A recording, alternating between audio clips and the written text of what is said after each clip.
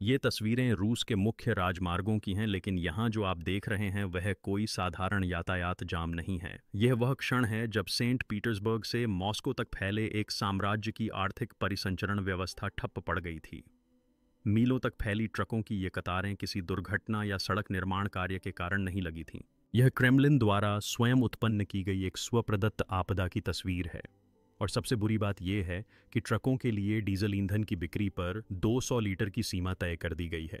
Putin की सेना को भोजन उपलब्ध कराने के लिए गए इस एक फैसले ने देश की पूरी रसद व्यवस्था को तहस-नहस कर दिया है। रूस के विशाल भूगोल में माल ढोने वाले एक ट्रक के लिए यह सीमा मॉस्को से सेंट पीटर्सबर्ग तक के परिवहन को भी कवर नहीं कर सकती। जब इन ट्रकों के पहिए घूमना बंद हो जाते हैं तो रूस भी घूमना बंद कर देता है। दुकानें खाली हो जाती हैं, कारखाने खामोश हो जाते हैं और शहर भूखे मर जाते हैं। अब आप रूस के अपरिहार्य अंत को देखेंगे। एक साम्राज्य के भीतर से खुद को कैसे नष्ट कर दिया गया, इसकी कहानी। ये गुस्से से भरे और लाचार चेहरे जो आप देख रहे हैं रूस भर के ट्रक ड्राइवरों के हैं। वे अर्थव्यवस्था के अदृश्य नायक थे। साइबेरिया की कड़ाके की ठंड से लेकर मॉस्को के चहल पहल भरे बाजारों तक, यूराल पर्वतों के औद्योगिक केंद्र से लेकर काला सागर के बंदरगाहों तक उन्होंने हर चीज का परिवहन किया। अब वे पेट्रोल पंपों पर फंसे हुए हैं, उनकी आमदनी बंद हो गई है, उनका भविष्य छीन लिया गया है। यह संकट किसी यूक्रेनी मिसाइल या पश्चिमी प्रतिबंध से शुरू नहीं हुआ है। रूस का दम कोई बाहरी ताकत नहीं बल्कि खुद रूस घुट रहा है, और इस घुटन के नतीजे जल्द ही हर रूसी नागरिक की रसोई में, उसकी खाली प्लेटों में और उसके बढ़ते बिलों में महसूस किए जाएंगे। तो फिर एक महाशक्ति जिसकी जमीन पर दुनिया के कुछ सबसे बड़े तेल भंडार हैं, अपने ही ट्रकों के लिए ईंधन कैसे नहीं जुटा पा रही है। इस संपूर्ण पतन की चिंगारी एक साधारण सा, यहां तक कि मामूली प्रशासनिक फैसला था।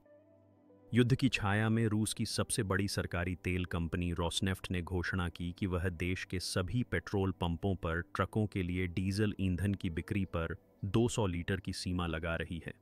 यह एक आम ड्राइवर के लिए बेमानी संख्या हो सकती है, लेकिन रूस के विशाल भूगोल में जो 11 समय क्षेत्रों में फैला है, माल ढोने वाले एक ट्रक ड्राइवर के लिए यह मौत की सजा के बराबर था। इस 200 लीटर की तबाही का क्या मतलब था, यह समझने के लिए साधारण गणित ही काफी है।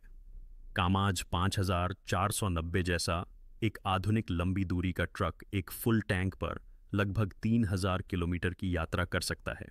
इन टैंकों में आमतौर पर 800 से 1000 लीटर ईंधन होता है। 200 लीटर की सीमा का मतलब है कि ये ट्रक सिर्फ 500 से 600 किलोमीटर ही चल पाएगा। यानी ये मॉस्को से सेंट पीटर्सबर्ग तक का 700 किलोमीटर का रास्ता भी एक बार में नहीं तय कर पाएगा। इसका मतलब है कि नोवोसिबिर्स्क से येकातेरिनबर्ग सामान ले जाने वाले ड्राइवर को, जो आमतौर पर एक बार अपना टैंक भरवाता था, अब 4-5 बार रुककर उसे भरवाना पड़ता है, और हर बार घंटों, यहां तक कि कई दिनों तक लाइन में खड़ा रहना पड़ता है। यह रसद की मौत थी। तो क्रेमलिन ने यह अतार्किक फैसला क्यों लिया, ऐसा फैसला जो उसकी अपनी आर्थिक परिसंचरण व्यवस्था को ठप कर देगा और उसके अपने ही लोगों को भुखमरी के लिए मजबूर कर देगा? इसका जवाब युद्ध के क्रूर और नरभक्षी तर्क में छिपा है। यह कोई कमी नहीं थी, यह संसाधनों का जानबूझकर किया गया हस्तांतरण था। हाल के महीनों में रूसी तेल रिफाइनरियों पर यूक्रेन के व्यवस्थित और विनाशकारी ड्रोन हमलों ने रूस की डीजल और गैसोलीन उत्पादन क्षमता को पंगु बना दिया था।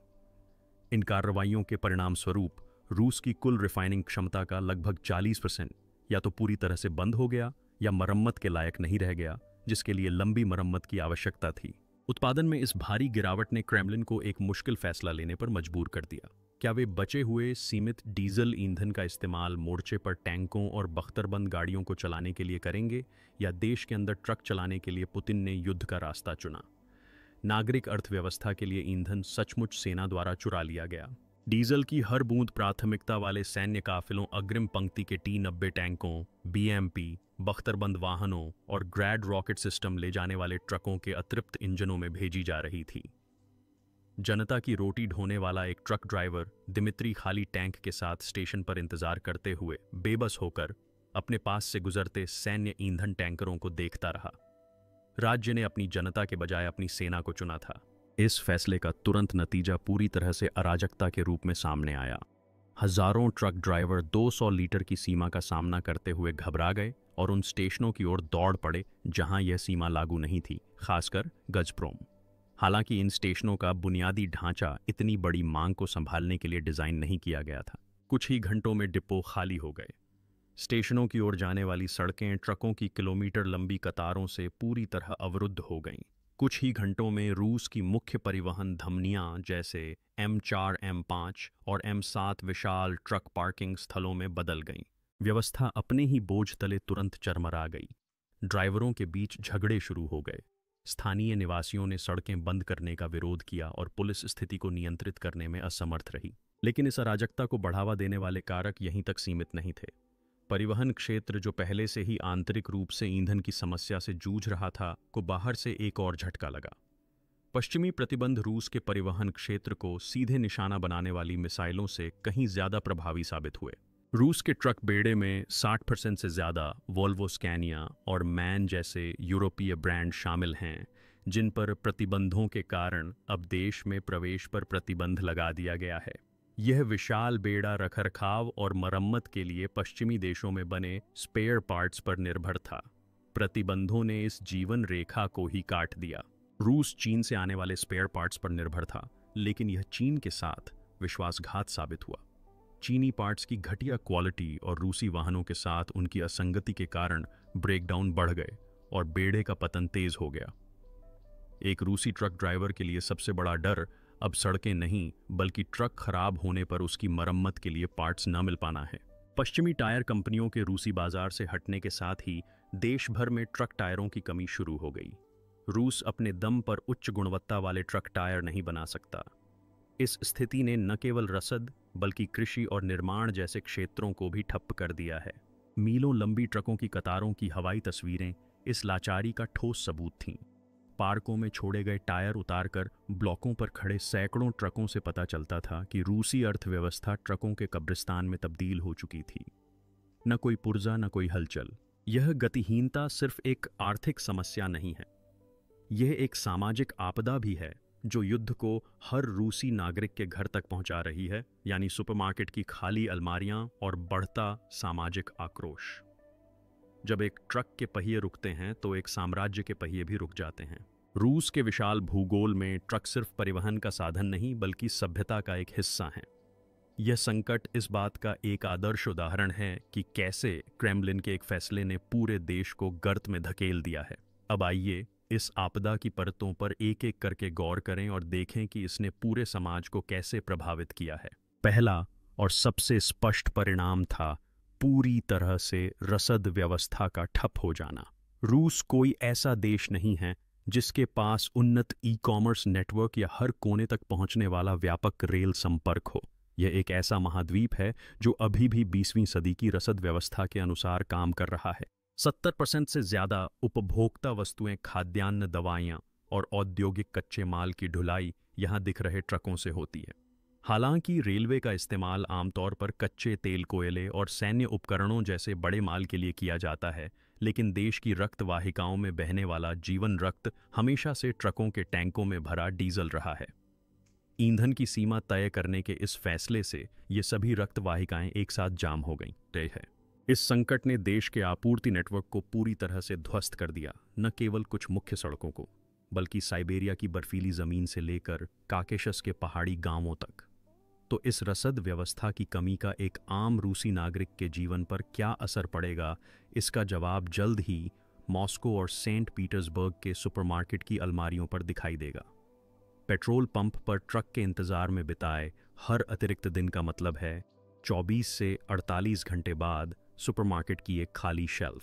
रोस्तोव से आने वाली ताज़ी सब्जियां और फल सड़कों पर ट्रकों में सड़ जाएंगे। वोलोगदा से आने वाले दूध और डेयरी उत्पाद बाजारों तक कभी नहीं पहुंच पाएंगे। ओम्स्क के मांस प्रसंस्करण संयंत्र से आने वाले सॉसेज और सलामी गोदामों में सड़ जाएंगे। जीवन रक्षक दवाइयां जो साइबेरिया के किसी सुदूर कस्बे में पहुंच जानी चाहिए थीं, वे बड़े शहरों के रसद केंद्रों में फंसी रहेंगी। यह कमी का एक अपरिहार्य परिदृश्य है, और कमी की अफवाहें हमेशा दहशत फैलाती हैं। बहुत जल्द हम लोगों को ज़रूरी खाने पीने की चीज़ों, टॉयलेट पेपर और दवाइयों के लिए सुपरमार्केट की ओर भागते हुए देखने लगेंगे। क्रेमलिन को सबसे ज़्यादा डर इसी बात का है। बेकाबू जन आतंक, दहशत और अराजकता दरवाजे पर है। अभाव और घबराहट हमेशा एक और राक्षस को जन्म देते हैं, मुद्रास्फीति। यह संकट युद्ध के कारण पहले से ही उच्च मुद्रास्फीति को एक अति मुद्रास्फीति बम में बदलने की क्षमता रखता है। रसद लागत में वृद्धि का सीधा असर उपभोक्ता कीमतों पर पड़ेगा। एक ट्रक चालक को अब एक ही चक्कर पूरा करने में दोगुना समय और पैसा खर्च करना पड़ेगा। यह अतिरिक्त लागत, काला बाजार में अत्यधिक दामों पर बिकने वाले ईंधन की कीमत, सड़क पर बिताए अतिरिक्त दिनों का खर्च, ये सब परिवहन किए जाने वाले प्रत्येक उत्पाद की कीमत में जुड़ जाएगा। सड़कों पर ताज़ा खाने के खराब होने से आपूर्ति और कम हो जाएगी और कीमतें और भी बढ़ जाएंगी।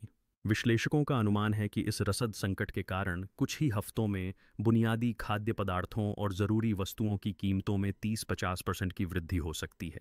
यह एक आर्थिक सुनामी है जो सीधे तौर पर हर रूसी नागरिक की जेब पर असर डालेगी, उनकी बचत को ख़त्म कर देगी और उन्हें और भी गरीब बना देगी। लेकिन सिर्फ सुपरमार्केट की अलमारियां ही खाली नहीं होंगी। बहुत जल्द कारखानों में उत्पादन लाइनें भी ठप हो जाएंगी। यह ईंधन संकट पहले से ही संघर्षरत नागरिक उद्योग के लिए आखिरी झटका होगा। कच्चे माल का इंतजार कर रहे कारखाने उत्पादन नहीं कर पाएंगे। यूराल में स्थित एक इस्पात कारखाने को साइबेरिया से आने वाला लौह अयस्क नहीं मिल पाएगा। मॉस्को के पास स्थित एक कपड़ा कारखाने को दक्षिण से अपेक्षित कपास नहीं मिल पाएगा। जिन कारखानों ने उत्पादन पूरा कर लिया है, वे अपने उत्पाद बंदरगाहों या घरेलू बाजार के वितरकों तक नहीं भेज पाएंगे। इसका मतलब है नागरिक उद्योग का प्रभावी रूप से बंद होना, जो जैसा कि हमने अपने पिछले विश्लेषणों में विस्तार से बताया है, पहले से ही कम कामकाजी हफ्तों से जूझ रहा है। रूस की नागरिक अर्थव्यवस्था पूरी तरह से लॉकडाउन यानी शटडाउन के कगार पर है। पूर्ण पतन की यह तस्वीर क्रेमलिन को एक ऐसे रणनीतिक गतिरोध में डाल देती है जो उसके इतिहास में पहले कभी नहीं देखा गया और भी कठिन और दुष्कर पर है। पुतिन अब दो मोर्चों पर युद्ध छेड़ने को मजबूर हैं, एक यूक्रेन की खाइयों में, दूसरा अपने ही देश की सड़कों पर, और ये दोनों मोर्चे एक दूसरे के लिए विनाशकारी समीकरण में उलझे हुए हैं। क्रेमलिन ने जानबूझकर अपने सैन्य उद्देश्यों के लिए अपनी जनता के कल्याण और आर्थिक स्थिरता की बलि देने का फैसला किया है। हालांकि वह यह आकलन करने में विफल रहा कि यह फैसला उसे कैसे फंसाएगा। यह जाल एक साधारण और क्रूर दुविधा से भरा है। सेना या जनता अगर पुतिन बचा हुआ सारा ईंधन सेना को देते रहे तो मोर्चे पर तैनात टैंक कुछ और समय तक आगे बढ़ सकते हैं, लेकिन इसका मतलब है घरेलू मोर्चे का पूरी तरह से पतन। ट्रक रुक जाएंगे, अलमारियां खाली हो जाएंगी, कीमतें आसमान छू जाएंगी, कारखाने बंद हो जाएंगे और लाखों लोग गरीबी में डूब जाएंगे। रूसी संघ अपने विशाल भूगोल और विविध जातीय समूहों के साथ हमेशा से केंद्रीय नियंत्रण के लिए एक चुनौती रहा है। सैन्य और आर्थिक संबंधों के टूटने से देश के सुदूर क्षेत्र प्रभावी रूप से मास्को से अलग हो सकते हैं। इससे क्षेत्रीय नेता आत्मनिर्भर बनने के लिए मजबूर होंगे और क्रेमलिन की केंद्रीय सत्ता कमजोर हो जाएगी। इतिहास ने बार बार दिखाया है कि भूखी और हताश भीड़ सबसे शक्तिशाली तानाशाहों को भी उखाड़ फेंक सकती है। क्रेमलिन का प्रचार किसी खाली पेट को नहीं भर सकता। तो दूसरा विकल्प क्या है? क्या होगा अगर पुतिन जनता के गुस्से को शांत करने के लिए एक कदम पीछे हट जाएं और ईंधन को नागरिक अर्थव्यवस्था यानी ट्रकों की ओर मोड़ दें? उस स्थिति में मोर्चा ढह जाएगा। रूसी सेना का पूरा रसद ढांचा सैन्य ट्रकों के काफिलों पर निर्भर करता है, जो लगातार ईंधन, गोला बारूद और सैनिकों को मोर्चे तक पहुंचाते हैं। ये ट्रक उन्हीं सड़कों और अक्सर उन्हीं ईंधन स्रोतों का इस्तेमाल करते हैं जिनका इस्तेमाल नागरिक ट्रक करते हैं। जब नागरिक रसद पूरी तरह से रुक जाती है तो सैन्य काफिले अनिवार्य रूप से धीमे होकर रुक जाते हैं। ईंधन के बिना सेना अपनी गतिशीलता खो देती है। टैंक धातु के ढेर बन जाते हैं और तोपें खामोश मूर्तियां बन जाती हैं। यूक्रेन की सेना फंस गई है, इसकी आपूर्ति लाइनें कट गईं और इसकी गतिशीलता शून्य हो गई। यह एक असहनीय और अपरिवर्तनीय संकट है। यह जाल एक साधारण और क्रूर दुविधा से बना है। सेना या जनता अगर पुतिन बचा हुआ सारा ईंधन सेना को देते रहे तो मोर्चे पर तैनात टैंक कुछ और समय तक आगे बढ़ सकते हैं, लेकिन इसका मतलब है घरेलू मोर्चे का पूरी तरह से पतन। ट्रक रुक जाएंगे, अलमारियां खाली हो जाएंगी, कीमतें आसमान छू जाएंगी, कारखाने बंद हो जाएंगे और लाखों लोग गरीबी में डूब जाएंगे। रूसी संघ अपने विशाल भूगोल और विविध जातीय समूहों के साथ हमेशा से केंद्रीय नियंत्रण के लिए एक चुनौती रहा है। सैन्य और आर्थिक संबंधों के टूटने से देश के सुदूर क्षेत्र प्रभावी रूप से मास्को से अलग हो सकते हैं। इससे क्षेत्रीय नेता आत्मनिर्भर बनने के लिए मजबूर होंगे और क्रेमलिन की केंद्रीय सत्ता कमजोर हो जाएगी। इतिहास ने बार बार दिखाया है कि भूखी और हताश भीड़ सबसे शक्तिशाली तानाशाहों को भी उखाड़ फेंक सकती है। क्रेमलिन का प्रचार किसी खाली पेट को नहीं भर सकता। तो दूसरा विकल्प क्या है? क्या होगा अगर पुतिन जनता के गुस्से को शांत करने के लिए एक कदम पीछे हट जाएं और ईंधन को नागरिक अर्थव्यवस्था यानी ट्रकों की ओर मोड़ दें? उस स्थिति में मोर्चा ढह जाएगा। रूसी सेना का पूरा रसद ढांचा सैन्य ट्रकों के काफिलों पर निर्भर करता है, जो लगातार ईंधन, गोला बारूद और सैनिकों को मोर्चे तक पहुंचाते हैं। ये ट्रक उन्हीं सड़कों और अक्सर उन्हीं ईंधन स्रोतों का इस्तेमाल करते हैं जिनका इस्तेमाल नागरिक ट्रक करते हैं। जब नागरिक रसद पूरी तरह से रुक जाती है तो सैन्य काफिले अनिवार्य रूप से धीमे होकर रुक जाते हैं। ईंधन के बिना सेना अपनी गतिशीलता खो देती है। टैंक धातु के ढेर बन जाते हैं और तोपें खामोश मूर्तियां बन जाती हैं। यूक्रेन की सेना फंस गई है। इसकी आपूर्ति लाइनें कट गईं और इसकी गतिशीलता शून्य हो गई। यह एक असहनीय और अपरिवर्तनीय संकट है। इस संकटपूर्ण माहौल में कुछ सैन्य कर्मियों को गैस स्टेशनों की निगरानी, ईंधन काफिलों की सुरक्षा या गोदामों में स्टॉक की निगरानी जैसे कार्यों में लगाने का मतलब है उन्हें युद्ध के मैदान में उनके प्राथमिक कार्यों से हटाना। इससे यूक्रेनी मोर्चे पर पहले से ही कमजोर आपूर्ति श्रृंखला और भी चरमरा सकती है। इसके अलावा यह कदम जनता में गंभीर अशांति पैदा करता है। सैनिकों को इस तरह से रोजमर्रा की जिंदगी में शामिल करने से आम नागरिकों पर अपने रोजमर्रा के जीवन में और भी दबाव बढ़ जाता है। इससे सामाजिक अशांति का खतरा बढ़ जाता है। आखिरकार यह संकट किसी यूक्रेनी मिसाइल या पश्चिमी प्रतिबंध से शुरू नहीं हुआ। यह क्रेमलिन द्वारा एक साम्राज्यवादी सपने की खातिर अपनी जनता और अर्थव्यवस्था की बलि चढ़ाने के फैसले का सीधा नतीजा है। रूस का दम कोई बाहरी ताकत नहीं, बल्कि खुद रूस घुट रहा है। उसकी सैन्य व्यवस्था खत्म हो चुकी है और उसके साथ ही शासन के बचे रहने की उम्मीदें भी खत्म हो गई हैं। तो आप क्या सोचते हैं, रूसी जनता का धैर्य कब खत्म होगा? और क्या यह सैन्य व्यवस्था की कमी पुतिन शासन के अंत का कारण बन सकती है? अपनी बहुमूल्य राय और विश्लेषण हमारे साथ कमेंट सेक्शन में साझा करें। देखने के लिए शुक्रिया। हमारे स्वतंत्र विश्लेषण का समर्थन करने के लिए हमारे चैनल को सब्सक्राइब करना, नोटिफिकेशन चालू करना और इस वीडियो को लाइक करना न भूलें।